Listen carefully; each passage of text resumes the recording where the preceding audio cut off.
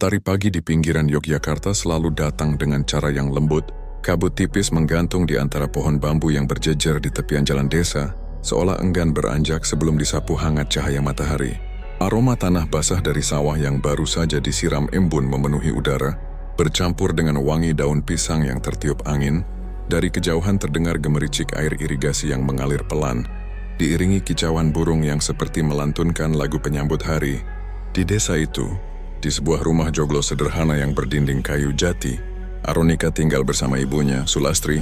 Rumah mereka menghadap ke arah timur, sehingga cahaya matahari pagi selalu menembus jendela besar dan menggurat lantai dengan kilau keemasan. Arunika membuka mata sebelum ayam jago sempat berkokok. Kebiasaan itu terbentuk sejak lama. Ia tak pernah suka terburu-buru baginya. Pagi adalah waktu paling jujur, saat dunia masih tenang sebelum hiruk-pikuk kota menelan segalanya.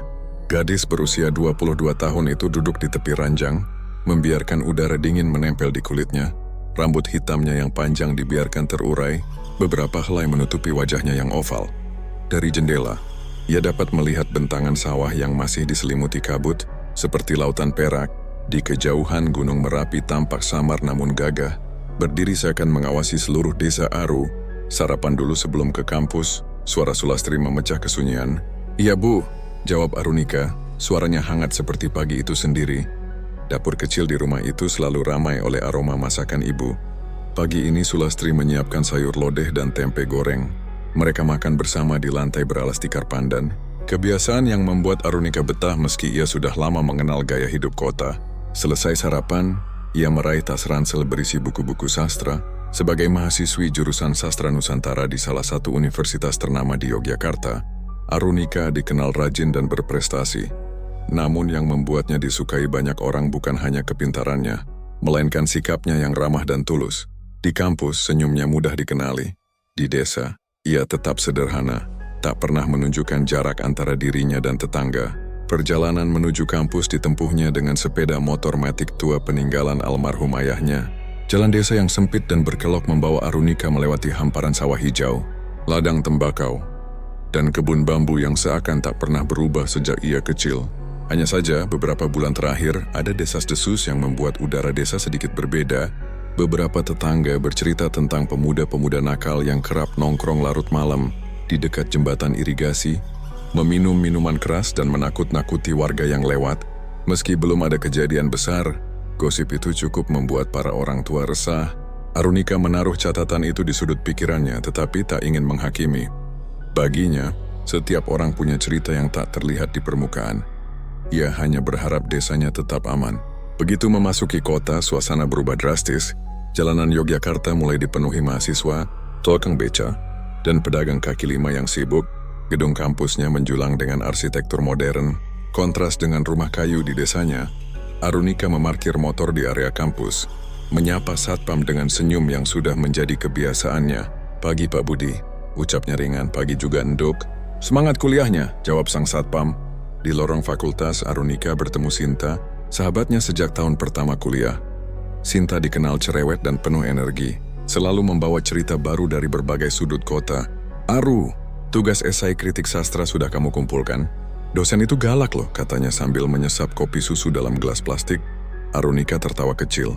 "Tenang Sin, tadi malam sudah kukirim, kamu sendiri gimana?" "Aku baru semalam begadang ngerjainnya, untung selesai," sahut Sinta, memutar mata tak lama. Andre datang menghampiri. Mahasiswa jurusan yang sama, Andre dikenal kalem dan humoris. "Hei kalian heboh sekali, dosen kita lagi mood baik," katanya habis dapat dana riset. Ucapnya sambil menenteng buku tebal. Hari kuliah berjalan dengan ritme yang biasa namun penuh warna. Diskusi tentang puisi-puisi Chairil Anwar membuat Arunika larut dalam dunia kata-kata. Ia mencatat setiap ide, meresapi metafora, dan sesekali menimpali pendapat dosen dengan argumen cerdas. Di sela-sela jam kuliah, ia dan Sinta membicarakan latihan teater yang akan digelar malam nanti. Arunika memang aktif di komunitas teater kampus. Bukan hanya sebagai pemain tetapi juga penulis naskah. Kecintaannya pada panggung membuatnya sering pulang larut, meski ibunya kadang khawatir menjelang sore. Latihan teater berlangsung di aula tua kampus yang beraroma kayu. Lampu-lampu kuning temaram menambah kesan hangat. Arunika menjiwai perannya dengan sungguh-sungguh. Suaranya lantang namun lembut. Gerak tubuhnya anggun. Sinta bertepuk tangan setiap kali adegan selesai. Kamu bakal jadi penulis naskah terkenal suatu hari nanti, pujinya. Arunika hanya tersenyum. Matanya memandang keluar jendela ke arah langit yang mulai keunguan. Ada rasa damai seolah dunia memberinya ruang untuk bermimpi. Malam tiba ketika latihan selesai. Udara kota sudah mendingin. Arunika menyalakan motor, menempuh perjalanan pulang ke desa. Jalanan kota yang terang berangsur berganti dengan jalan pedesaan yang sepi. Bulan separuh menggantung rendah. Cahayanya memantul di permukaan sawah yang tenang. Angin malam membawa aroma tanah dan bambu. Di tikungan dekat kebun bambu yang melambatkan motor sejenak. Dari kejauhan, samar-samar terdengar suara tawa beberapa pemuda. Hanya bayangan mereka yang terlihat, samar di balik gelap. Arunika menelan ludah lalu menguatkan diri. Ia pernah mendengar gosip tentang pemuda-pemuda yang suka nongkrong di sana. Namun malam itu mereka tampak hanya bercanda. Tanpa niat buruk yang terlihat, ia mempercepat laju motor, mencoba mengusir rasa tak nyaman. Mungkin hanya imajinasi. Gumamnya di balik hati kecilnya, ada bisikan tak jelas perasaan yang belum bisa ia beri nama. Ketika rumahnya akhirnya terlihat, lampu teras menyala lembut, Sulastri menunggu di beranda, menyibak selendang yang menutupi bau. "Loh kok pulang malam sekali? Latihan lama ya?" tanya ibunya. Arunika menanggalkan helm dan tersenyum menenangkan. "Ya Bu, maaf, tadi revisi naskah agak lama." Sulastri mengangguk. Meski kekhawatiran jelas terlihat di wajahnya. "Besok jangan terlalu malam ya. Akhir-akhir ini banyak kabar aneh di desa." "Iya, Bu," jawab Arunika kali ini dengan nada lebih lembut. Malam itu setelah mandi air hangat, Arunika duduk di meja belajarnya. Di luar, suara jangkrik bersahutan dengan hembusan angin yang melewati sela-sela bambu. Ia menulis catatan kecil tentang latihan teater. Kemudian menutup buku, matanya sempat melirik jendela. Kebun bambu di kejauhan tampak bergoyang pelan, seperti menari bersama bayangan malam. Ia tak tahu bahwa keseharian yang begitu damai itu akan segera retak. Namun untuk saat ini dunia masih utuh, dan pagi berikutnya masih menunggu dengan janji yang sama. Sebuah pagi yang hanya dimiliki Arunika, desa dan mimpi-mimpinya. Kebun bambu di kejauhan tampak bergoyang pelan, seperti menari bersama bayangan malam. Pemandangan terakhir yang Arunika lihat sebelum menutup buku catatan dan mematikan lampu kamarnya. Di luar, jangkrik masih bersaut-sautan, namun desa mulai benar-benar terlelap.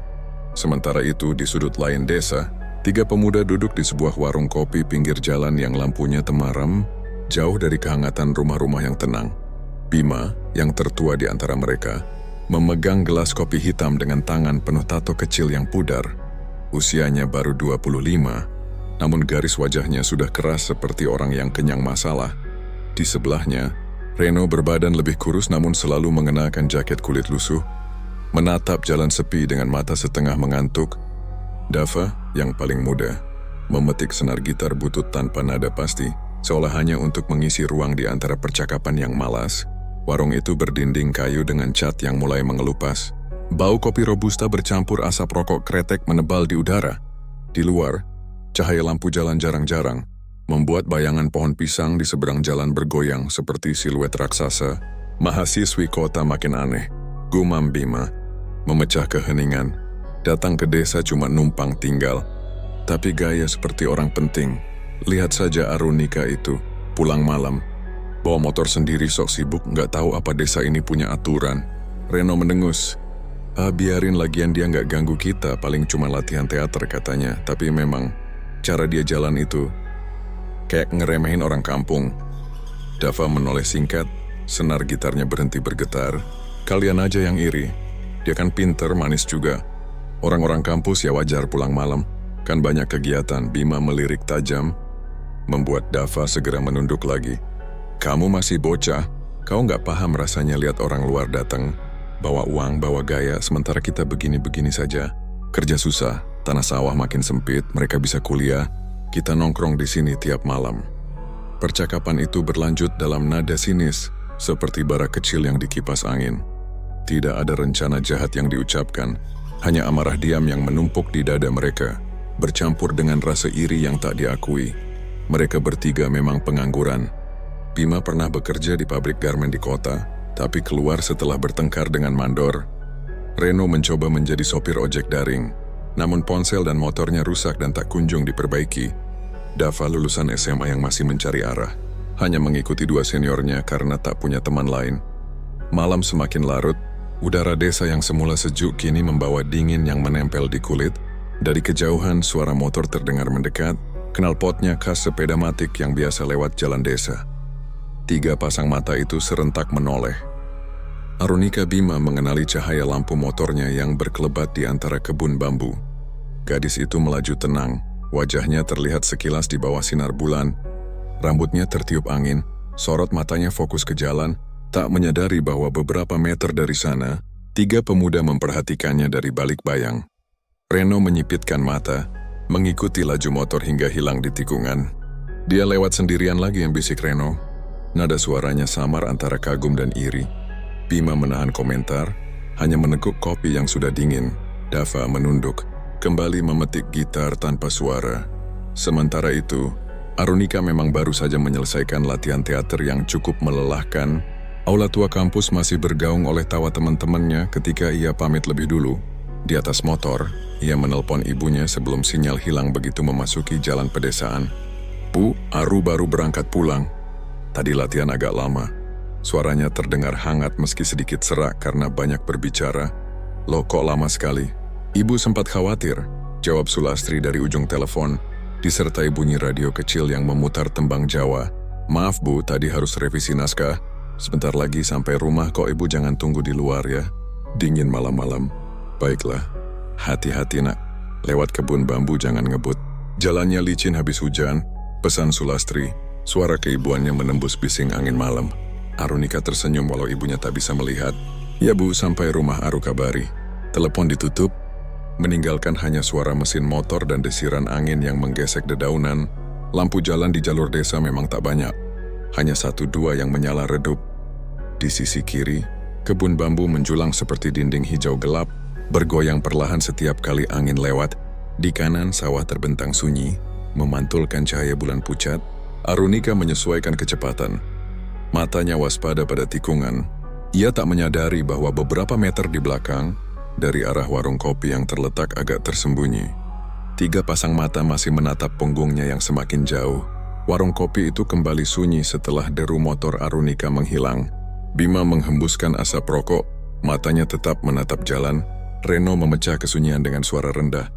"Dia memang sering pulang selarut itu?" "Sering," jawab Bima pendek.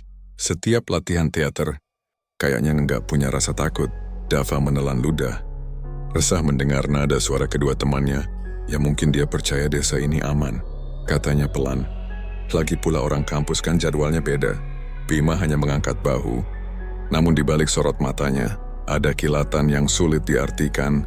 Bukan sekadar kekaguman, juga bukan sekadar iri. Reno menggeser duduknya, menyalakan rokok lain, dan mengamati jalan yang kembali lengang. Angin malam berhembus lebih kencang, menggoyangkan papan nama warung hingga berdecit pelan.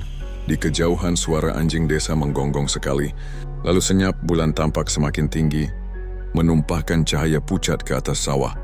Tak ada kata-kata lagi di antara mereka, namun ketiganya entah sadar atau tidak, menatap ke arah jalan setapak yang sama. Jalur yang akan kembali dilalui Arunika besok malam, dan malam-malam setelahnya. Di bawah cahaya bulan, bayangan mereka memanjang di lantai warung yang dingin, seakan menandai awal sesuatu yang belum mereka mengerti. Desa yang tenang itu tetap terlelap, tak mengetahui percikan kecil yang diam-diam menyala di sudut gelapnya. Di bawah cahaya bulan, bayangan mereka memanjang di lantai warung yang dingin, seakan menandai awal sesuatu yang belum mereka mengerti. Dan disinilah malam yang seharusnya biasa berubah menjadi kisah, yang akan menghantui desa selama bertahun-tahun.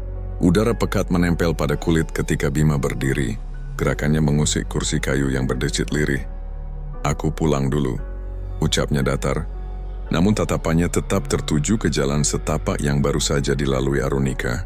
Reno mengikuti tanpa kata, sementara Dava ragu sejenak sebelum akhirnya bangkit, seolah magnet tak terlihat menarik langkahnya. Jalan desa sunyi seperti lembar kertas kosong. Bulan menggantung di langit, memantulkan cahaya ke hamparan sawah yang basah embun.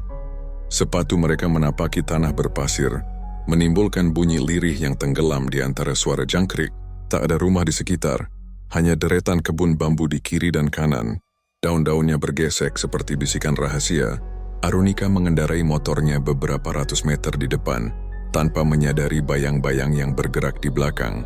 Pikirannya masih tertinggal pada naskah teater yang baru direvisi. Ia menyalakan lampu jauh ketika memasuki jalur yang lebih gelap, cahaya putih menembus kabut tipis. Menyoroti jalan setapak yang basah setelah hujan sore, angin membawa bau tanah dan dedaunan yang anehnya lebih menyengat malam itu, seperti ada sesuatu yang terbakar di kejauhan. Dari sudut mata, ia sempat melihat siluet 3 sosok di antara rumpun bambu, hanya sekejap bisa saja bayangan pepohonan. Namun dada Arunika tiba-tiba mengencang, di tikungan tajam dekat jembatan kecil. Ranting patah terdengar jelas, disusul langkah kaki berat. Arunika menoleh spontan, tapi jalan di belakangnya kosong. Ia mempercepat laju motor meski hatinya berkata, jangan. Jalan itu terlalu sempit, di kanan sawah. Di kiri dinding bambu raksasa tiba-tiba, sebuah batu sebesar kepalan tangan terguling ke tengah jalan. Arunika mengerem mendadak, motor oleng nyaris terjatuh, sebelum sempat menyalakan gas lagi. 3 bayangan muncul dari gelap, menutup arah depan dan belakang. Bima berdiri di tengah, wajahnya setengah diterangi bulan. Reno dan Dava di sisi kiri dan kanan, seolah menutup jalan keluar. Apa-apaan ini? Suara Arunika bergetar, berusaha tetap tegar. Ia menyalakan lampu jauh, menyorot wajah mereka. Cuma mau ngobrol, kata Bima pelan. Namun nada suaranya dingin. Jam segini perempuan sendirian. Bahaya loh, menepi mas, saya mau lewat. Arunika menahan napas. Matanya mencari celah. Reno tertawa singkat, suara yang justru membuat udara semakin mencekam. Dava, berdiri paling belakang, tampak ragu namun tidak mundur. Arunika menekan klakson. Bunyi nyaring memantul ke dinding bambu. Malam yang tadi hanya sunyi kini seperti menutup diri. Tidak ada suara anjing. Tidak ada cahaya rumah. Seolah dunia di luar jalan kecil itu lenyap. Gerakan berikutnya berlangsung cepat, bagai potongan gambar dalam mimpi buruk. Sebuah tangan kasar meraih setang motornya, menarik hingga mesin mati. Arunika berteriak, namun suara itu tertelan keheningan pekat. Ia meraih ponsel di saku jaket, namun tangan lain menepisnya hingga jatuh ke tanah. Ia berusaha melawan, menendang, memukul, apapun untuk meloloskan diri. Pekikan dan desahan bercampur, bukan dalam detail yang bisa diingat. Hanya serpihan suara yang membuat darah membeku. Bayangan bambu berputar di sekeliling. Bulan seakan memandang tanpa mampu menolong. Waktu seolah berhenti, angin mendadak reda. Di sela-sela perlawanan yang putus asa, Arunika merasakan dunia menyempit. Aroma tanah basah dan logam bercampur. Cahaya bulan berubah menjadi lingkar kabur. Kesadarannya berdenyut pelan lalu menggelap. Ketika kesunyian kembali utuh, jalan setapak itu hanya menyimpan sisa jejak kaki dan motor yang tergeletak miring. Bulan masih di tempatnya, dingin dan pucat. Dari balik kabut tipis, 3 sosok menyeret sesuatu menuju kebun bambu yang lebih dalam. Tak ada kata di antara mereka, hanya napas berat dan suara daun yang terinjak. Dava tertinggal beberapa langkah, matanya memandang tanah. Wajahnya pucat. Reno menoleh singkat, menyalakan rokok dengan tangan gemetar. Bima memimpin. Langkahnya mantap namun rahangnya mengeras, seolah menahan badai di dalam diri. Di tengah rimbun bambu, udara lebih lembab dan bau getah menusuk hidung. Cahaya bulan nyaris tak menembus, hanya garis-garis samar di tanah. Mereka berhenti di sebuah cekungan tanah yang dipenuhi daun kering.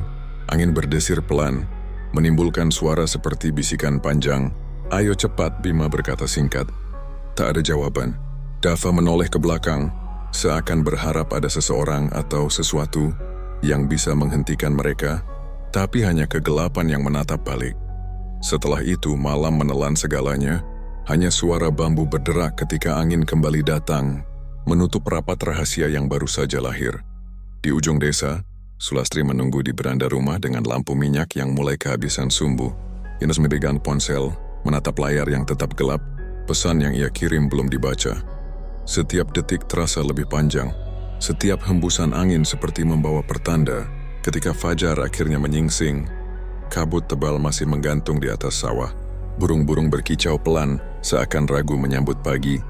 Di jalan setapak dekat kebun bambu, motor Arunika tergeletak miring, basah oleh embun dan lumpur, sepi tanpa pemiliknya. Dan di balik rimbun dedaunan, bayangan malam menyimpan rahasia yang tak seorang pun di desa itu siap temukan. Fajar merayap pelan, mewarnai langit dengan gradasi ungu pucat dan jingga muda. Embun menempel di daun padi berkilau seperti butiran kaca. Namun keindahan pagi itu seakan tidak sampai ke rumah joglo di ujung desa. Sulastri duduk di beranda dengan mata bengkak, kain selendang menutupi bahu di pangkuannya. Ponsel yang semalam ia genggam masih menampilkan pesan terakhir yang belum terbaca. Iya. Bu sampai rumah Aru kabari. Ia mengulang-ulang kata-kata itu dalam hati, seolah berharap layar ponsel tiba-tiba menyala. Namun yang terdengar hanya suara ayam jago dan desir angin dari sawah. Malam panjang yang ia lewati terasa seperti mimpi buruk yang belum berakhir. Ketika cahaya matahari pertama menyentuh atap rumah, dada Sulastri malah terasa semakin berat. Tak menunggu lebih lama, ia menyambar jaket tipis dan berjalan ke rumah Pak RT.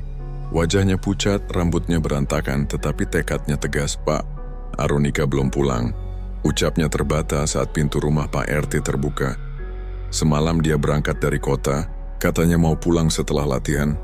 Sampai sekarang belum datang. Pak RT, lelaki parubaya dengan sorot mata tenang, mendengarkan dengan raut prihatin. Coba kita telepon temannya dulu, Bu Sulastri. Mungkin anaknya menginap di tempat teman kampus, katanya sambil menyalakan ponsel. Beberapa panggilan dilakukan, termasuk ke Sinta dan Andre. Jawaban mereka sama. Arunika sudah meninggalkan kampus sekitar pukul 9 malam. Sinta bahkan menegaskan, kami sempat melihat dia menyalakan motor dan bilang mau langsung pulang. Pak, waktu terus berjalan dan matahari semakin tinggi. Kekhawatiran merambat seperti kabut ke setiap sudut desa. Pak RT akhirnya mengumpulkan beberapa warga untuk membantu mencari. Kita cek jalan menuju kebun bambu dan sekitar jembatan, ujarnya. Bisa saja motornya mogok atau dia jatuh di sawah. Sementara itu, Sulastri menelepon pihak kampus dan melapor ke polisi sektor terdekat. Suaranya gemetar tetapi ia berusaha tegar. Polisi menjawab dengan nada prosedural. Laporan orang hilang bisa diproses. Tim akan turun setelah mendapat keterangan lengkap. Sekitar 20 warga menyebar ke arah jalan setapak yang biasa dilalui Arunika. Matahari sudah setinggi pohon kelapa ketika rombongan pertama sampai di kebun bambu. Udara di sana masih dingin, lembab dan beraroma tanah basah. Burung-burung terbang beramburan ketika langkah kaki menginjak ranting. Pak, itu suara salah satu pemuda tiba-tiba tercekat. Di antara kabut tipis, motor matic berwarna biru tergeletak miring. Setengah tertutup daun bambu yang gugur. Joknya basah, stangnya sedikit bengkok seolah semalam terjatuh. Pak RT mendekat, wajahnya mengeras. Cari sekeliling. Hati-hati, serunya. Mereka menyisir kebun bambu dengan hati-hati. Suara dedaunan yang bergesek terdengar seperti bisikan. Tak lama kemudian, teriakan melengking memecah kesunyian. Di sini, warga berlarian ke arah suara itu. Di sebuah cekungan tanah yang tertutup dedaunan kering, mereka menemukan Arunika. Tubuhnya terbaring diam, wajahnya pucat seputih kabut pagi. Mata yang semula penuh cahaya kini tertutup rapat, seakan sedang tidur panjang. Tidak ada darah yang mencolok, tetapi pakaian dan kulitnya menunjukkan tanda-tanda kekerasan yang tak terbantahkan. Beberapa ibu menjerit histeris menutup mulut dengan tangan. Pak RT segera memerintahkan orang-orang mundur. Jangan sentuh apapun. Laporkan ke polisi sekarang juga, katanya dengan suara yang mengguncang. Sulastri yang berlari paling akhir berhenti seketika begitu melihat pemandangan itu. Selendang yang ia kenakan terlepas, jatuh ke tanah basah. Anakku, Arunika. Suaranya pecah menjadi tangis yang menghantam hening pagi. Warga hanya bisa menunduk, sebagian menitikan air mata. Tak lama kemudian, polisi tiba bersama tim medis. Garis kuning dibentangkan, kamera dokumentasi berkedip, petugas berbisik pelan, memeriksa setiap sudut kebun bambu. Seorang perwira muda mendekati Sulastri dengan hati-hati. Kami akan melakukan penyelidikan mendalam, Bu, mohon kuat. Kami perlu membawa jenazah ke rumah sakit untuk autopsi, katanya lirih. Kata-kata itu terasa seperti jarum dingin yang menembus dada Sulastri. Namun ia hanya mengangguk, air mata tak henti jatuh. Kabar penemuan jasad Arunika menyebar cepat. Menjelang siang, hampir seluruh warga desa sudah berdatangan ke rumah joglo. Tenda duka dipasang, kursi-kursi plastik berderet, dan wangi kemenyan bercampur aroma melati memenuhi udara. Sinta dan Andre tiba dari kota dengan wajah pucat. Mereka memeluk Sulastri erat-erat, berusaha menahan tangis sendiri. Dia semalam baik-baik saja, ucap Sinta berkali-kali, seolah menolak kenyataan. Ketika jenazah akhirnya tiba setelah pemeriksaan, langit mendung seperti ikut berduka. Proses pemakaman dilakukan sebelum senja, sesuai adat Jawa, di halaman rumah. Doa dipanjatkan, Lantunan ayat suci menggema lirih, warga berbaris menyalami Sulastri yang duduk lemah, matanya merah namun tatapannya kosong. Di pemakaman desa, tanah merah yang baru digali menunggu dengan diam. Udara sore terasa berat, angin hampir tak bergerak. Ketika peti kayu diturunkan, suara tanah pertama yang jatuh menimbulkan gema aneh di telinga semua yang hadir. Seperti bunyi pintu yang tertutup selamanya. Beberapa perempuan menangis terbuka. Anak-anak kecil bersembunyi di balik punggung ibu mereka, tidak mengerti sepenuhnya. Tetapi ikut merasakan beban duka yang melingkupi udara. Sulastri berdiri dengan bantuan tetangga, menatap ke dalam liang lahat hingga peti tak lagi terlihat. "Selamat jalan, nak," bisiknya. Suara itu begitu pelan, nyaris tak terdengar, namun membuat banyak hati yang mendengarnya ikut retak. Malamnya desa tenggelam dalam kesunyian yang tidak biasa. Warung kopi yang biasanya ramai ditutup lebih cepat, tidak ada suara canda para pemuda. Hanya gonggongan anjing yang datang entah dari mana. Polisi masih berada di lokasi kebun bambu, menyalakan lampu sorot dan memasang garis kuning. Namun hasil penyelidikan awal tidak membawa jawaban, tidak ada saksi mata yang jelas. Tidak ada jejak pelaku yang mudah dikenali. Pak RT mengumpulkan warga di balai desa. "Kita serahkan semua ke pihak berwajib. Jangan ada yang membuat rumor yang bisa memperkeruh suasana," pesannya. Tapi bisik-bisik sudah terlanjur menyebar. Siapa yang tega melakukan kekejian ini? Beberapa orang menyebut nama pemuda-pemuda nakal yang sering nongkrong larut malam. Namun tak ada bukti. Bima, Reno, dan Dava bahkan terlihat hadir di pemakaman. Wajah mereka tertutup duka pura-pura, atau mungkin ketakutan yang disembunyikan. Ketika lampu-lampu rumah akhirnya padam satu persatu, desa masih terjaga dalam hati. Hanya kebun bambu yang tetap berdiri sunyi, menyimpan rahasia gelap yang tak seorang pun berani ucapkan dengan lantang. Di udara malam yang lembab, bisikan angin terdengar seperti doa dan ancaman sekaligus. Sebuah peringatan bahwa kebenaran belum terungkap, dan bayangan yang lahir pada malam itu belum selesai menuntut jawab. Malam berikutnya turun dengan kelembapan yang tidak biasa. Seperti kabut yang enggan meninggalkan tanah. Di kebun bambu, garis kuning polisi masih berkibar pelan tertiup angin. Bulan sabit menggantung pucat, menyorot batang-batang bambu yang bergesekan seolah berbisik. Dari kejauhan, aroma melati samar-samar terbawa angin, menembus pagar rumah-rumah terdekat. Beberapa warga yang lewat buru-buru mempercepat langkah, menahan napas, seolah mencium sesuatu yang tak semestinya hadir di tengah malam. Bima duduk sendirian di teras rumahnya yang terbuat dari papan tua, mencoba mengusir kegelisahan dengan menyalakan rokok. Asap mengepul tipis, namun rasa dingin merayap dari telapak kaki ke tengkuk. Sejak pemakaman Arunika, dadanya seperti digelayuti batu. Ia sudah berhari-hari tidak tertawa keras di warung kopi seperti biasanya. Tatapan mata orang-orang desa terasa menusuk. Walau mereka tidak benar-benar menuduh, ketika akhirnya ia memejamkan mata di ranjang kayu, tidur tidak membawa ketenangan. Dalam mimpinya, kebun bambu itu terbentang di bawah cahaya bulan. Di sana Arunika berdiri. Gaun putihnya berkibar pelan, rambut panjang menutupi sebagian wajah, tetapi yang paling menyesakan adalah matanya. Putih seluruhnya, tanpa pupil menatap lurus ke arah Bima. Ia berusaha berteriak tetapi suaranya tertelan udara. Tanah di bawahnya terasa lembab dan dingin, seperti menyedot kakinya ke dalam. Ia terbangun dengan teriakan yang tercekat. Tubuh basah oleh keringat, jam dinding menunjukkan pukul 2 lewat sedikit. Dari jendela angin malam menyingkap tirai tipis, dan entah mengapa aroma melati yang sama dari kebun bambu terasa memenuhi kamar. Bima menggigil menelan ludah yang terasa pahit. Di sudut desa lain, Reno menutup warung kopi lebih awal dari biasanya. Malam itu, suasana terasa ganjil sejak senja. Pelanggan bubar dengan alasan masing-masing, dan ia memilih berjalan pulang sendirian menyusuri jalan setapak. Lampu-lampu jalan redup, hanya cahaya bulan yang sesekali menerobos sela awan. Di pertigaan dekat kebun bambu, langkahnya melambat. Ada rasa seperti diperhatikan. Ia menoleh cepat, tidak ada siapa-siapa. Hanya bayangan batang bambu yang bergerak karena angin. Namun ketika ia kembali melangkah, dari ekor matanya Reno menangkap sosok perempuan di antara pohon. Sekejap putih berkelebat, Reno berhenti mendadak. Jantungnya berdetak kencang. Siapa? Suaranya pecah. Tidak ada jawaban. Hanya suara gesekan daun yang terdengar seperti bisikan panjang. Ia mundur beberapa langkah, kemudian mempercepat langkah pulang, tak berani menoleh lagi. Begitu tiba di rumah, ia langsung menutup pintu dan jendela. Meskipun udara panas membuatnya sesak malam itu, tidur baginya menjadi kemewahan yang tak ia dapatkan. Sementara itu, Dava mengalami gangguan yang berbeda. Rumah panggungnya berdiri agak jauh di tepi sawah, sehingga suara malam lebih jelas terdengar sekitar tengah malam. Ketika ia baru saja memejamkan mata, suara langkah lirih terdengar di atap. Awalnya seperti tikus, tetapi kemudian iramanya teratur, tap, tap, tap. Dava menahan napas, telinganya menajam. Ia menyalakan senter dan menyorot langit-langit. Tetapi tidak ada apa-apa. Beberapa menit berlalu, suara itu berhenti. Ia berusaha memejamkan mata kembali.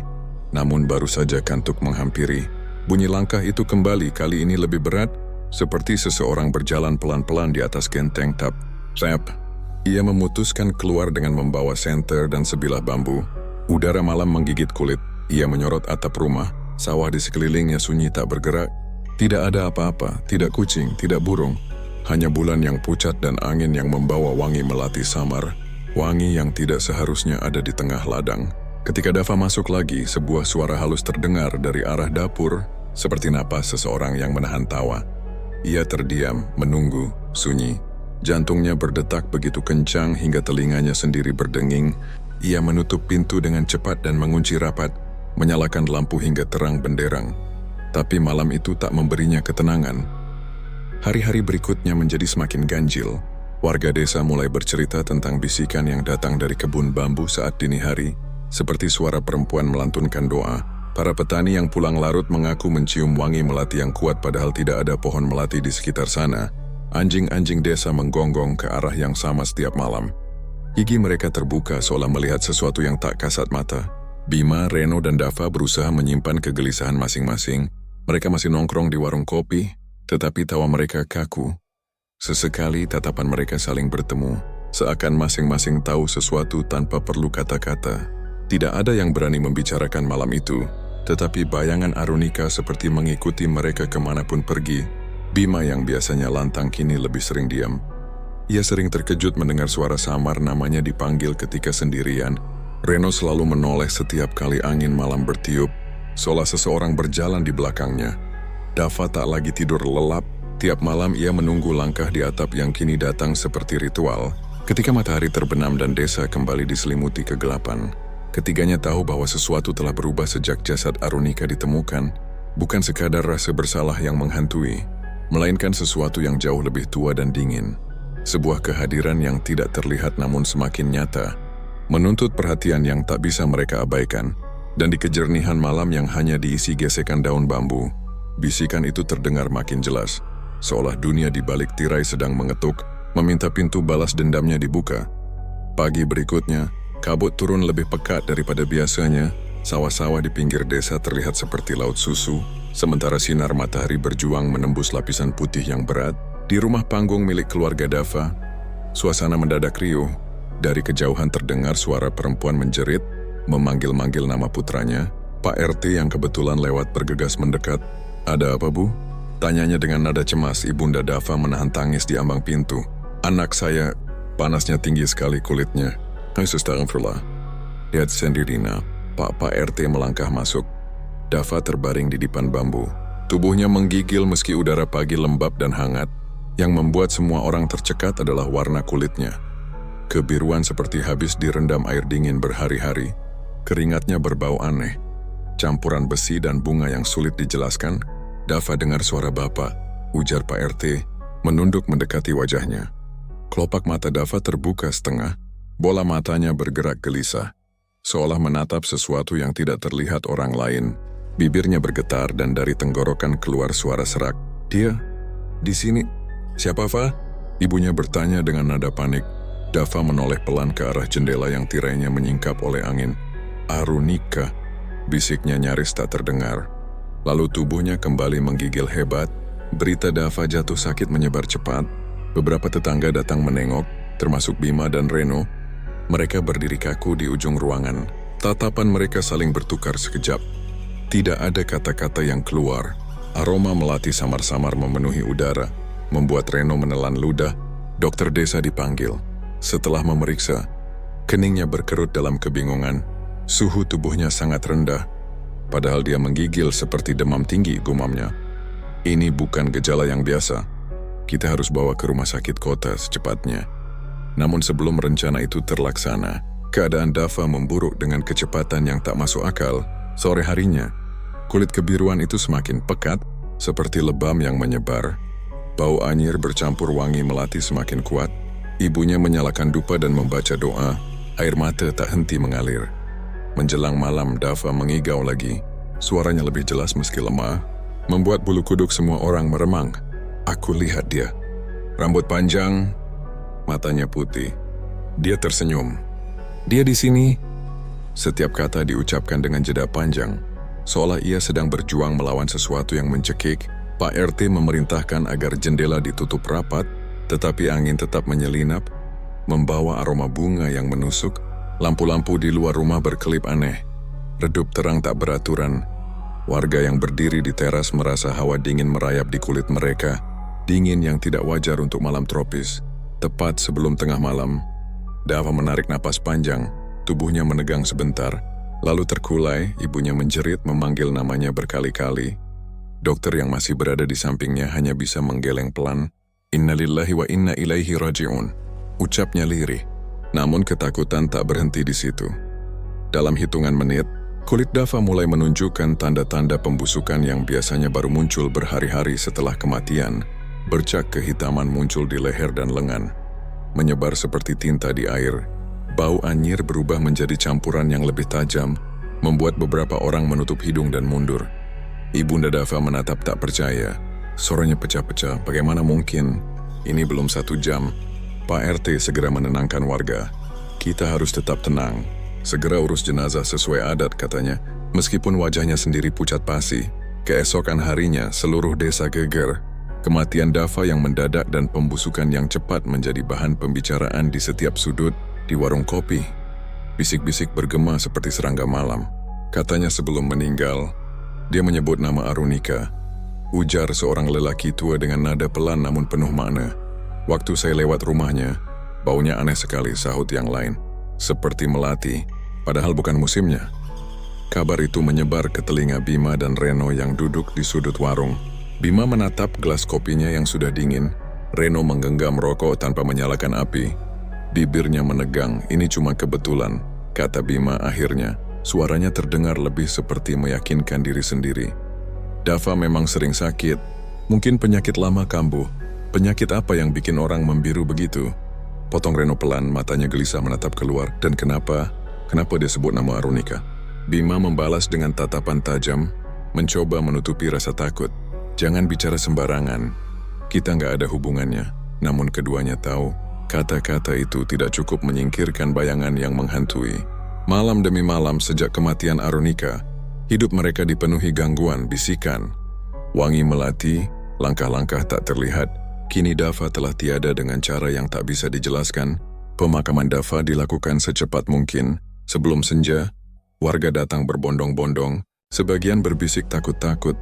Angin sore membawa aroma melati yang lebih pekat dari biasanya.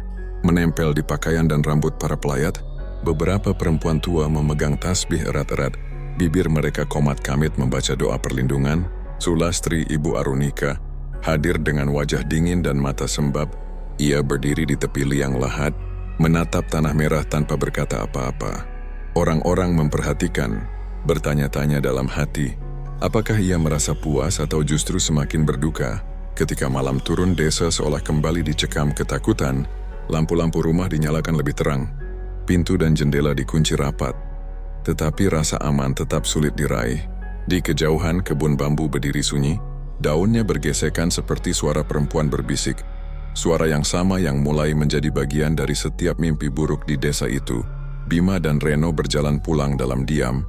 Di bawah cahaya bulan, bayangan mereka memanjang di tanah, seolah ada sosok ketiga yang mengikuti. Mereka tak berani menoleh, tetapi masing-masing merasakan napas dingin yang menempel di tengkuk, mengingatkan bahwa balas dendam Arunika mungkin baru saja dimulai. Reno tidak tidur semalaman setelah pemakaman Dava. Setiap kali memejamkan mata, ia merasakan hawa dingin menyusup melalui pori-pori, seolah ada tangan tak kasat mata yang menempel di kulitnya. Aroma melati masih tercium samar di kamarnya. Bahkan ketika jendela telah ditutup rapat dan dupa dibakar untuk menepis bau aneh itu, saat fajar merkah, Tubuhnya tetap terasa berat, namun pikirannya gelisah seperti riak air yang tak henti. Kalau diam di rumah, aku bisa gila, gumamnya sendiri. Ia memutuskan pergi memancing ke sungai kecil di tepi desa, tempat yang biasa memberinya ketenangan. Ikan-ikan di sana sering melompat pada pagi hari, dan suara arus air biasanya mampu menenangkan pikirannya yang kusut. Ia membawa peralatan pancing seadanya, melangkah sendirian di jalan setapak yang masih diselimuti embun. Langit pagi tampak pucat. Matahari tersembunyi di balik tirai awan tipis. Sungai itu mengalir tenang, dikelilingi rumpun ilalang yang melambai perlahan diterpa angin. Di seberang, deretan bambu tinggi berdiri diam. Dedaunannya bergesekan menimbulkan bunyi yang mirip bisikan. Reno menarik napas dalam-dalam, berusaha menepis bayangan semalam.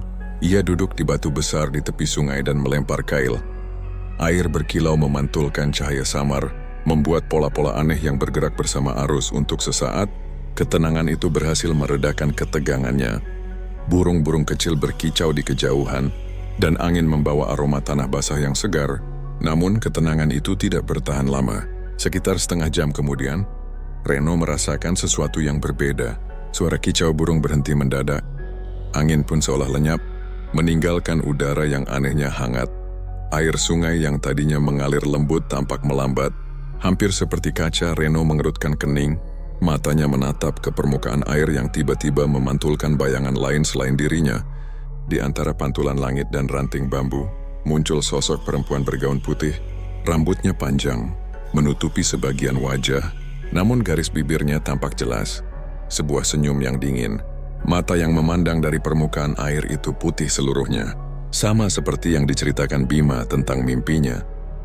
Reno tersentak mundur, hampir terjatuh. Siapa di sana? Suaranya pecah, namun yang terdengar hanya gema kecil dari tebing sungai. Bayangan itu tidak menghilang, malah semakin jelas. Seakan permukaan air adalah cermin yang menampilkan sesuatu dari dunia lain. Rambut panjang sosok itu bergerak-gerak meski tidak ada angin. Jantung Reno berdegup kencang, ia berdiri tergesa, langkahnya goyah di batu licin. Di telinganya terdengar suara bisikan halus, seperti Arunika memanggil namanya dari kedalaman sungai. "Reno, pergi!" Teriaknya panik. Ia berusaha mundur, tapi kakinya terpeleset. Batu di tepi sungai ditumbuhi lumut, licin seperti sabun. Tubuhnya kehilangan keseimbangan dan terjun ke air dengan percikan besar. Air sungai yang biasanya dangkal mendadak terasa seperti menariknya ke bawah. Reno berusaha menendang dan menggapai permukaan, tetapi arus yang tak terlihat menahan tubuhnya. Di sela gelembung udara, ia melihat lagi wajah itu, Arunika, melayang tepat di hadapannya. Mata putihnya menatap lurus, senyumnya melebar tanpa suara. Jeritan Reno tertelan air, ia menendang sekuat tenaga, tetapi sensasi seperti tangan dingin menahan pergelangan kakinya. Pandangannya kabur, udara di dadanya habis. Terakhir yang ia rasakan adalah aroma melati yang sangat kuat, menusuk ke dalam paru-parunya. Sebelum gelap menelan segalanya, tubuh Reno ditemukan menjelang sore oleh dua anak yang hendak mencari kayu bakar di sekitar sungai. Mereka menjerit dan berlari pulang setelah melihat sosok yang mengapung telungkup di arus pelan. Warga segera berdatangan, dan tak lama polisi desa tiba bersama beberapa petugas. Ketika jasadnya diangkat, semua yang hadir terdiam ngeri.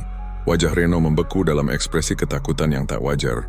Mata terbuka lebar, mulut terenganga seolah menjerit.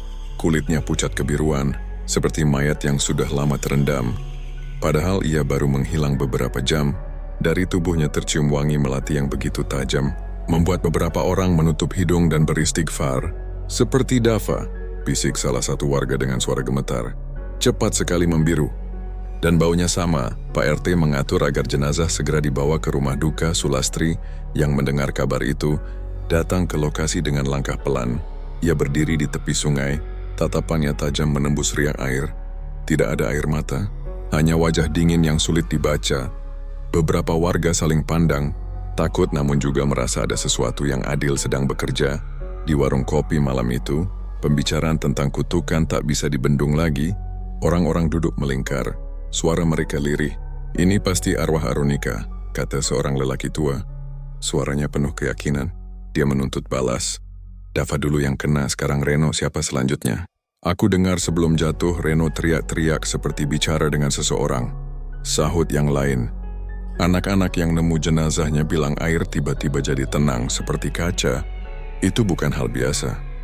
Bima mendengar semua itu dengan dada yang kian sesak. Ia duduk di pojok warung. Wajahnya pucat dan mata berlingkar hitam. Sejak kematian Dava, tidurnya sudah berantakan kini. Kabar tentang Reno membuat seluruh tubuhnya gemetar tanpa kendali.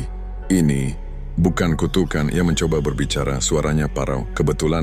Cuma kebetulan buruk. Namun kata-katanya tak meyakinkan siapapun, bahkan dirinya sendiri. Aroma melati tiba-tiba tercium di dalam warung. Samar namun jelas orang-orang saling menoleh. Beberapa menelan ludah. Lampu gantung di langit-langit berayun pelan. Meski angin sama sekali tak bertiup, Pak RT yang duduk di tengah lingkaran beristighfar pelan. Kita semua harus berhati-hati. Kalau ini benar kutukan, hanya doa dan perbuatan baik yang bisa melindungi kita, katanya. Bima menunduk, kedua tangannya menggenggam lutut hingga buku jarinya memutih. Di telinganya seolah-olah ada suara yang hanya ia dengar. Bisikan halus yang memanggil namanya. Seperti Arunika berdiri tepat di belakang Bima yang menoleh cemas, namun tidak ada siapapun. Hanya warung yang semakin dingin dan tatapan warga yang menembus seperti mata-mata lain yang tak terlihat. Malam itu desa kembali terperangkap dalam ketakutan. Sementara arus sungai yang menelan Reno terus bergumam pelan, seakan menyimpan rahasia yang tak ingin diungkap. Bima menatap riak air yang gelap hingga bayangan lampu warung di belakangnya lenyap. Ia merasa dingin menembus tulang, meski malam tak sedingin itu. Ketika akhirnya berdiri untuk pulang, aroma melati kembali menelusup lebih pekat daripada sebelumnya, seperti disiramkan langsung ke udara. Ia menggigil, menelan ludah dan mempercepat langkah. Namun, wangi itu seolah menempel di kulit, ikut bersamanya hingga ke rumah. Rumah panggung kayu milik keluarganya tampak biasa dari luar, tapi malam itu terasa asing. Ketika menutup pintu, suara deritnya terdengar seperti lenguhan panjang yang menakutkan. Bima menyalakan lampu ruang tengah, tetapi sinarnya redup. Seolah terhalang kabut tipis, ia mencoba menenangkan diri, meyakinkan hatinya bahwa semua ini hanya permainan pikiran, ketakutan yang lahir dari cerita warga. Namun begitu masuk ke kamar, keyakinan itu runtuh.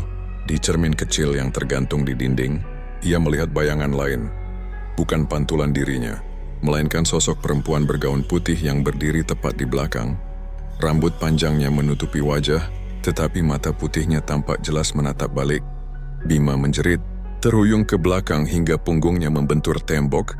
Ketika menoleh cepat tak ada siapapun, cermin kembali menampilkan ruang kamar yang kosong. Dadanya berdegup kencang. Ia meraih cermin itu, berniat menurunkannya, tapi jemarinya berhenti di udara. Dari kaca, terdengar melodi lirih, sebuah tembang Jawa yang biasa dinyanyikan ibu-ibu saat menidurkan anak. Suaranya lembut namun dingin, membuat bulu kuduk Bima berdiri. Ia menutup telinga, tetapi nada itu seolah bergema dari dalam kepalanya sendiri. Malam itu ia tak tidur. Bayangan Arunika muncul di sudut mata setiap kali ia memejamkan kelopak. Kadang terdengar langkah pelan di lantai kayu, kadang bisikan yang memanggil namanya. Jam dinding bergerak lambat seperti sengaja menyiksa. Ketika fajar menyingsing, Bima merasa tubuhnya kaku dan kepala berdenyut, seakan semalam ia bergumul dengan mimpi buruk yang tak berakhir. Keesokan harinya, tak tahan lagi, Bima mendatangi rumah Pak Lurah, kepala desa yang dikenal bijak dan berpengalaman. Ia menunggu hingga Pak Lurah selesai berbicara dengan beberapa warga, lalu mendekat dengan wajah pucat. "Pak, saya mau bicara tapi..." Bima menelan ludah. Matanya berkeliling memastikan tak ada yang mendengar. "Ini tentang..." Kejadian belakangan ini. Pak Lurah menatapnya penuh perhatian. "Masuklah dulu, Bim. Wajahmu pucat sekali. Duduk. Ceritakan pelan-pelan." Di ruang tamu yang beraroma kopi, Bima duduk gelisah, tangannya bergetar. Keringat dingin menetes di pelipis. Saya sering melihat sesuatu, Pak. Di cermin, di jalan, bahkan di rumah, sosok perempuan dan suara nyanyian. Suaranya pecah. "Saya takut, Pak." Pak Lurah menyipitkan mata. "Apakah kau merasa ini berkaitan dengan Arunika?" Pertanyaan itu menusuk jantung Bima. Ia menunduk menatap lantai anyaman bambu. Kata-kata pengakuan sudah di ujung lidah, tentang malam di jalan setapak, tentang ketiga pemuda yang menghadang, tentang rasa bersalah yang menjeratnya setiap hari. Namun bayangan wajah ibunya, kemungkinan penjara, dan tatapan murka warga membuatnya tercekat. Entahlah, Pak, akhirnya ia berbohong setengah. "Mungkin hanya pikiran saya sendiri, tapi saya tidak tenang." Pak Lurah menarik napas panjang, menatap pemuda di depannya dengan sorot mata yang sulit dibaca. Kalau begitu kita harus meminta bantuan? Ada seorang dukun tua Mbah Surip yang paham hal-hal gaib. Kita akan coba memanggilnya malam ini. Bima hanya mengangguk lemah. Di dalam hatinya suara melodi lirih kembali terdengar, seolah menertawakan keputusannya yang setengah-setengah. Senja merayap ketika Mbah Surip tiba di rumah Bima. Lelaki sepuh itu kurus, berkulit legam, matanya tajam seperti elang. Ia membawa tas kain berisi dupa, bunga 7 rupa, dan botol kecil berisi air yang disebutnya air penglaris doa. Aroma menyan segera memenuhi ruang tengah, menambah kesan ganjil pada malam yang sudah mencekam. "Jangan bicara banyak," perintah Mbah Surip lirih. "Kita lihat dulu siapa yang datang." Ia menyalakan dupa. Asap tipis mengepul ke langit-langit, membentuk pola-pola yang seolah menari. Bima duduk di lantai, tubuhnya tegang. Pak Lurah dan 2 tetua desa menunggu di sudut, menatap dengan campuran rasa ingin tahu dan cemas. Mbah Surip mulai melantunkan mantra. Bahasa Jawa kuno mengalun berat seperti ombak yang menabrak karang. Sesekali ia menaburkan bunga ke 4 penjuru, lalu meneteskan air doa di sekitar ruangan. Pada awalnya suasana hening, namun perlahan angin dingin menyusup dari celah dinding. Api lampu minyak berkedip-kedip, menimbulkan bayangan bergerak di dinding bambu. Tiba-tiba, suara melodi lirih terdengar jelas. Lagu yang sama yang Bima dengar di cermin. Semua yang hadir menoleh, kecuali Mbah Surip yang terus merapal mantra. Dupa yang mengepul mendadak berputar ke arah berlawanan, seolah ditiup angin dari titik tertentu. "Dia sudah di sini," bisik Mbah Surip, keningnya berpeluh. Arwah yang tak tenang. Bima menggigil dari sudut mata. Ia melihat bentuk samar perempuan bergaun putih berdiri di pojok ruangan. Rambutnya menutupi wajah, namun aroma melati yang pekat menegaskan identitasnya. Mbah Surip meninggikan suara mantranya, mengayunkan botol air doa. "Pergilah wahai roh yang tak tenang, kembalilah ke alammu, jangan ganggu yang hidup." Namun udara justru semakin dingin. Cermin di dinding bergetar tanpa disentuh. Dari dalamnya, suara tawa pelan menggema, nyaring dan menusuk telinga. Api lampu padam seketika, menyisakan ruangan dalam kegelapan total. Pak Lurah memukul kentongan kecil sebagai penangkal, namun suaranya tenggelam dalam deru angin yang tiba-tiba bertiup kencang. Mbah Surip menyalakan kembali lampu minyak. Wajahnya tegang. Dia kuat, sangat kuat. Ini bukan arwah biasa. Dia menuntut sesuatu yang belum terpenuhi. Tatapan semua orang beralih ke Bima. Pemuda itu menunduk. Wajahnya pucat pasi. Jantungnya berdentum keras. Rasa bersalah menekan dadanya bagai batu besar. Kata-kata pengakuan kembali mendesak, tetapi ketakutan menahan lidahnya. Mbah Surip menatapnya tajam. "Nak, kalau kau menyimpan sesuatu, katakan sekarang. Hanya itu yang bisa menenangkan arwah ini. Kalau tidak, dia akan terus datang. Dan tidak hanya padamu." Bima membuka mulut, tapi suara itu tak keluar. Bayangan jeruji besi dan teriakan ibu kembali melintas di kepalanya. Ia hanya bisa berbisik pelan. Saya tak tahu apa-apa." Seketika suhu ruangan turun lebih dingin. Cermin retak dengan bunyi nyaring. Serpihan kaca berjatuhan ke lantai. Aroma melati semakin menyengat hingga membuat mata berair. Sosok perempuan itu kembali terlihat. Kali ini lebih dekat. Hanya beberapa langkah dari Bima. Mbah Surip menghentikan mantranya, wajahnya pucat. Ritual ini tidak berhasil. Ucapnya pelan, hampir putus asa. Dia menolak pergi. Pak Lurah menatap Bima dengan sorot mata penuh tanya dan kekhawatiran. Sementara itu Bima hanya bisa menunduk, menahan gemetar, sementara bisikan Arunika terdengar jelas di telinganya. "Waktumu hampir habis." Di luar, angin malam merayap di sela-sela bambu, membawa aroma melati yang semakin tajam. Desa yang tadinya sunyi kini seolah menahan napas, menunggu langkah selanjutnya dari arwah yang belum menemukan keadilan. Bima menutup pintu rumahnya rapat-rapat, namun suara bisikan itu tetap menembus dinding bambu seperti kabut dingin. Setiap hembusan angin membawa nada lirih tembang Jawa yang sama. Lagu pengantar tidur yang pernah ia dengar sejak malam pertama teror dimulai. Malam itu melodi itu tak lagi samar, nyaring dan jernih, seolah dinyanyikan tepat di telinganya. Ia berusaha menenangkan diri dengan menyalakan semua lampu rumah, namun cahaya lampu minyak hanya menambah bayangan-bayangan panjang di sudut ruangan. Bayangan itu bergerak sendiri, menari pelan, membentuk sosok perempuan dengan rambut panjang terurai. Jantung Bima berdegup cepat, kulitnya terasa seperti diselimuti es Arunika. Ia berbisik lirih. Nama itu akhirnya lolos dari bibirnya, seolah menjawab, Suara melodi berhenti mendadak, sunyi yang aneh menelan rumah. Lalu dari dapur, terdengar suara langkah pelan, tik, tik, tik, teratur dan mendekat. Bima menahan napas. Dengan gemetar ia meraih parang kecil yang biasa digunakan ibunya untuk memotong kelapa. Ia melangkah ke dapur, namun hanya menemukan piring dan cangkir yang tersusun rapi. Tidak ada siapapun. Saat ia kembali ke ruang tengah, seluruh lampu minyak padam serentak. Rumah terbenam dalam gelap. Angin kencang menerpa dari celah dinding, membawa aroma melati begitu pekat hingga menusuk tenggorokan. Di tengah kegelapan, suara melodi lirih itu kembali. Kali ini diiringi desis yang berbisik namanya Bima. Bima tak sanggup lagi. Ia berlari keluar rumah meninggalkan pintu terbuka. Udara malam menggigit kulit, namun ia terus menembus pekatnya desa yang diliputi kabut tipis, jalanan sepi. Hanya suara bambu bergesekan dan anjing menggonggong jauh di kejauhan. Di belakangnya melodi itu mengikuti, seolah angin malam menjadi alat musik gaib yang tak terlihat. Kakinya membawanya ke arah kebun bambu, tempat yang berulang kali muncul dalam mimpinya, tempat di mana semua dosa bermula. Bayangan pohon bambu menjulang seperti dinding hitam, menari bersama angin yang semakin kencang. Daun-daunnya bergemerisik seperti ratusan bisikan. Begitu memasuki kebun, aroma melati kian menyengat. Bulan purnama muncul di sela awan, menyoroti tanah lembab tempat ia pernah menutupi tubuh Arunika. Bima terhenti. Napasnya memburu, parang kecil di tangannya gemetar. Ia menatap tanah itu. Meski sudah lama tertutup rumput liar, seolah ada bayangan basah merah yang berkilat di bawah sinar bulan. Maafkan aku. Suaranya pecah, ia jatuh berlutut. Lututnya menekan tanah basah. Aku tak bisa lagi. Air mata bercampur keringat dingin di wajahnya. Dari antara batang-batang bambu, suara langkah mendekat. Perlahan seorang perempuan muncul. Gaun putihnya lusuh, basah dan berlumur tanah. Rambut panjang menutupi sebagian wajah, namun mata yang menatapnya memantulkan cahaya bulan.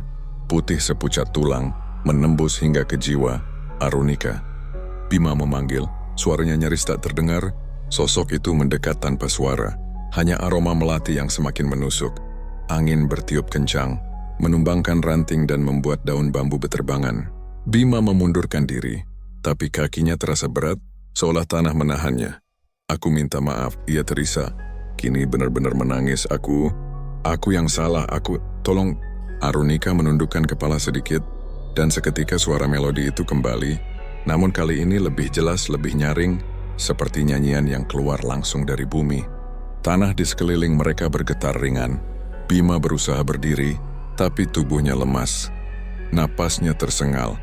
Dada terasa sesak seolah udara di kebun bambu disedot habis. Ia memandang ke arah sosok itu, masih berdiri diam. Namun entah mengapa jarak di antara mereka semakin menipis. Mata putih itu kini begitu dekat, membuat dunia di sekitarnya lenyap. Ketika Arunika mengangkat tangan, angin tiba-tiba berhenti, meninggalkan keheningan yang mencekam. Bima merasakan hawa dingin merayap di lehernya, seperti disentuh jari es. Ia ingin menjerit, tetapi suaranya tercekik. Pandangannya mulai buram. Dalam kabut kesadaran terakhirnya, ia melihat mulut Arunika bergerak, berbisik satu kata yang tak sempat ia mengerti. Lalu gelap. Pagi berikutnya, kebun bambu kembali diselimuti kabut tipis. Warga yang hendak pergi ke ladang menemukan Bima tergeletak di tanah. Matanya terbuka menatap langit, wajahnya membeku dalam ketakutan. Tidak ada luka yang jelas, tidak ada tanda perlawanan. Hanya aroma melati yang tertinggal, pekat dan ganjil, menyelimuti seluruh area seolah malam sebelumnya masih menggantung di udara. Kabar kematian Bima menyebar cepat ke seluruh desa. Orang-orang berbisik di sudut-sudut warung, menyebut nama Arunika dengan nada takut. Tidak ada yang berani masuk kebun bambu sebelum matahari benar-benar tinggi. Mereka tahu kutukan itu telah menuntaskan babak balas dendamnya. Namun bagi sebagian orang, terutama para lelaki yang selama ini kerap bersikap sewenang-wenang, kematian Bima bukan sekadar akhir cerita.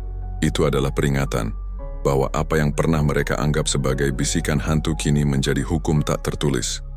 Penghinaan dan kekerasan pada perempuan akan kembali menelan pelakunya sendiri. Di antara suara bambu yang kembali bergeser ditiup angin, sebagian warga bersumpah mendengar melodi lirih yang sama. Samar namun jelas, seperti nyanyian yang tak pernah benar-benar usai. Kini, desa yang biasanya riuh dengan obrolan pagi berubah seperti kampung mati. Warung kopi Pak Suradi yang biasanya menjadi tempat berkumpul para lelaki desa sepi sejak fajar. Kursi-kursi bambu tertata rapi tanpa satu pun yang berani mendudukinya. Anak-anak tak lagi bermain peta umpet di halaman. Bahkan suara ayam jantan terasa enggan pecah di udara. Orang-orang berbicara pelan, seolah takut ada telinga tak kasat mata yang ikut mendengar. Setiap rumah menutup pintu sebelum senja, begitu matahari tenggelam di balik perbukitan. Desa dilahap sunyi. Hanya gesekan dedaunan bambu yang terdengar, menambah kesan mencekam. Laki-laki yang biasanya pulang larut dari ladang atau warung menahan diri. Mereka lebih memilih pulang saat langit masih menyisakan cahaya jingga. Desas-desus tentang kematian Bima menyebar lebih cepat daripada angin malam. Dan setiap cerita selalu diakhiri dengan bisikan, "Kutukan Arunika belum benar-benar berakhir." Ketakutan itu diperkuat oleh potongan kata-kata yang berhasil dihimpun dari pengakuan Bima sebelum ajal menjemput. Beberapa tetua desa mengaku mendengar suaranya sempat berbisik di kebun bambu. Entah kepada siapa, malam ketika jasadnya ditemukan, maafkan, kami, begitu potongan kata yang diulang-ulang oleh mereka yang mengaku mendengar. Tidaknya ada yang bisa memastikan kebenarannya, tetapi gosip itu menyalakan bara keyakinan. Bima, Reno dan Davalah pelaku yang mencabut nyawa Arunika. Tidak ada lagi keraguan di hati warga. Pak Lurah mencoba meredam ketakutan massal itu. Ia mengundang seluruh warga berkumpul di balai desa siang hari, berharap sinar matahari memberi keberanian. Dalam pertemuan itu, ia mengulang nasihat lama. Jangan biarkan rasa takut melumpuhkan, dan jangan pula melupakan keadilan, tetapi setiap kali namanya menyebut kata keadilan, sebagian orang menunduk, seolah kata itu memanggil sesuatu yang lebih besar daripada hukum manusia. Sementara itu, di rumah panggung sederhana di ujung desa, Ibu Sari, Ibunda Arunika, hidup dalam kesunyian yang lebih pekat daripada desa sekitarnya. Setelah pemakaman putrinya, ia jarang keluar kecuali untuk membeli kebutuhan pokok. Namun ketika kabar kematian Bima sampai ke telinganya, ia merasakan dorongan yang sulit dijelaskan, seperti ada panggilan halus yang mengajak ia pergi ke kebun bambu tempat anaknya ditemukan. Pagi berikutnya, ketika kabut masih menggantung di antara pohon pisang dan bambu, Ibu Sari berjalan pelan menuju kebun itu. Di tangannya tergenggam sekeranjang bunga melati dan kenanga. Kain jarik batik yang membalut tubuhnya berkibar pelan tertiup angin. Wajahnya menua sebelum waktunya. Matanya sembab namun tegas. Sesampainya di kebun bambu, ia berhenti di tempat di mana warga menemukan jasad Arunika. Rumput liar yang tumbuh di sana seolah merunduk, basah oleh embun pagi. Aroma melati samar-samar tercium, seperti wangi yang tertinggal dari mimpi. Ibu Sari menunduk, meletakkan bunga-bunga itu di tanah yang dingin, lalu berlutut dengan kedua tangan terlipat di dada. "Anakku," suaranya pecah, nyaris tenggelam oleh desir angin. Ibu datang. Ibu tahu mereka sudah menerima balasan. Ibu mohon, tenanglah sekarang. Air matanya jatuh, membasahi tanah yang dulu menjadi saksi kekejaman. Kau tak perlu lagi menuntut balas, ibu merindukanmu. Tapi ibu tak ingin kau terus menderita. Pulanglah, Nduk. Pulanglah ke tempat yang damai. Kabut di sekelilingnya bergerak pelan, seperti mengikuti irama napasnya. Daun-daun bambu berdesir lembut, tidak seperti malam-malam sebelumnya yang selalu membawa suara menakutkan. Sejenak Ibu Sari merasa udara di sekelilingnya menghangat.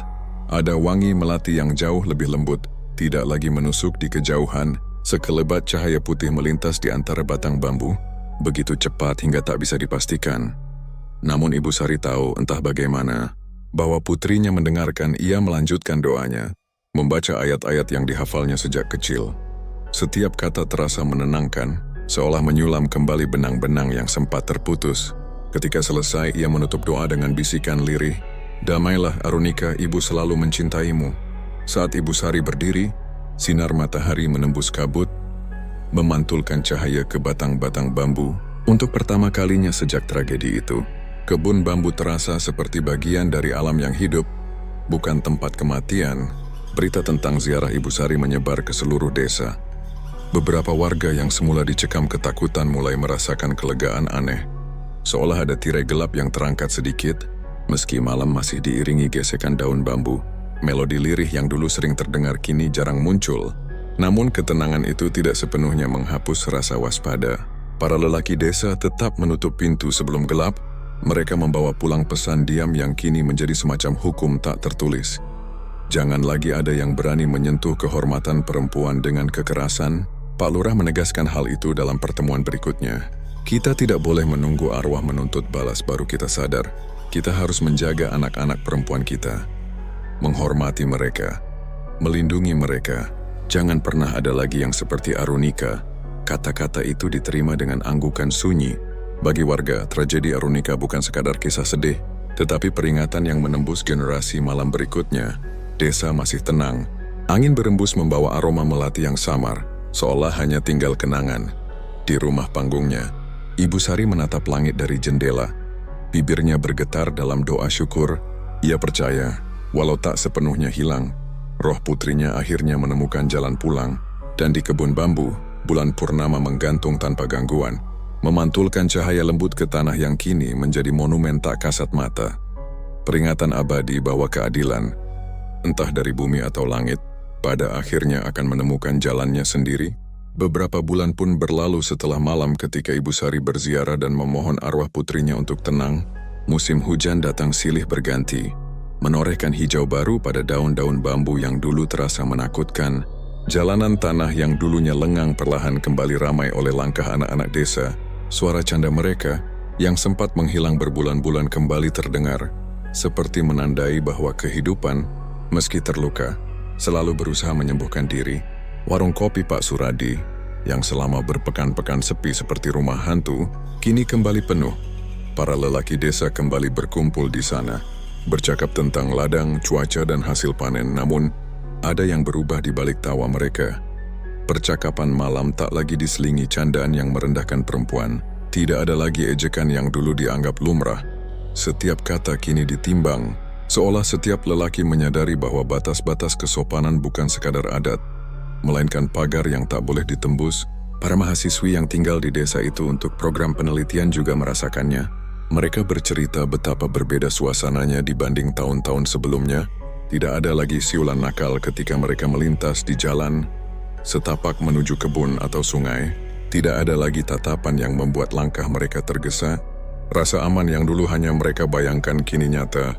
Meski tak seorang pun bisa menolak kenyataan bahwa alasan dibalik perubahan itu berasal dari kisah tragis, perempuan-perempuan desa pun merasakan angin segar yang sama. Ibu-ibu pergi ke sawah atau pasar tanpa rasa cemas. Gadis-gadis remaja menempuh perjalanan pulang selepas senja, tanpa harus terus-menerus menoleh ke belakang.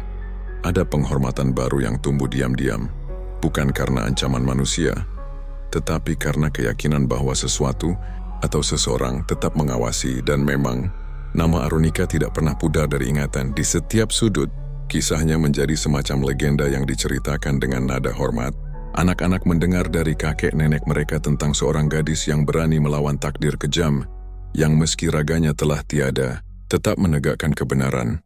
Di malam-malam tertentu, ketika angin dari kebun bambu membawa aroma melati, orang-orang menundukkan kepala, berbisik pelan seolah menyapa.